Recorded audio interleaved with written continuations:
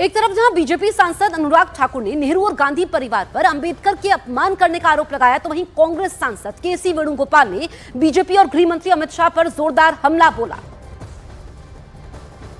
पहला संशोधन नेहरू जी ने ही करने का काम किया, अभिव्यक्ति की आजादी पर एक तरह से प्रहार किया।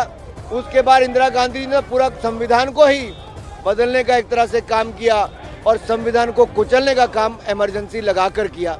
देश वो भूला नहीं है, वो काले अध्याय को।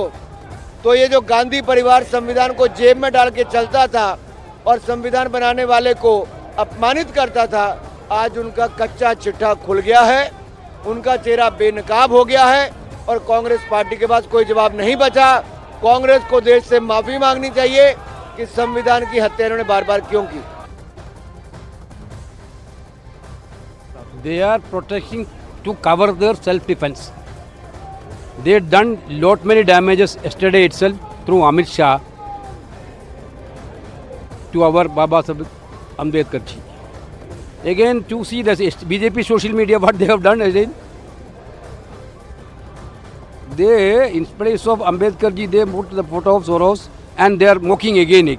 So that is again an insult to Ambedkar ji. I don't know what these people are doing.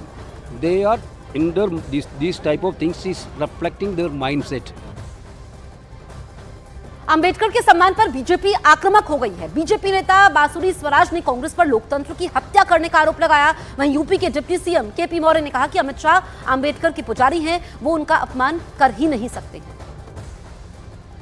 Congress party ने इस देश में लोकतंत्र का गला घोटकर हत्या करी, आपातकाल लगाकर, और अब ये संविधान को लहराकर संविधान के बड़े रक्षक बनने की उसका एक पाखंड रच रहे हैं। इनको शर्म करनी चाहिए। आजीवन बाबा साहब अंबेडकर का इन्होंने अपमान करा, उन्हें भारत रत्न नहीं दिया। और आपको देखना होगा कि अगर किसी ने बाबा साहब अंबेडकर के आदर्शों को चरितार्थ करा, यदि संविधान को जीवंत रूप में भारत में लागू करा, तो वो है आदरणीय प्रधानमंत्री श्री नरेंद्र मोदी जी। माननीय श्री अमित शाह जी ऐसे नेतृत्व करता है कि जो बाबा साहब के पुजारी हैं, बाबा साहब के प्रति अगाध श्रद्धा रखते हैं और बाबा साहब के अनुयायियों की भावनाओं के अनुरूप काम करते हैं। और कांग्रेस जब उसकी राजनीतिक जमीन खिसक चुकी है तो फर्जी मुद्दे उछाल रही है जिसमें कोई तथ्य नहीं है और कांग्रेस पर देश का भरोसा नहीं है, बाबा साहब के अनुयायियों और समर्थकों का तो बिल्कुल भरोसा नहीं।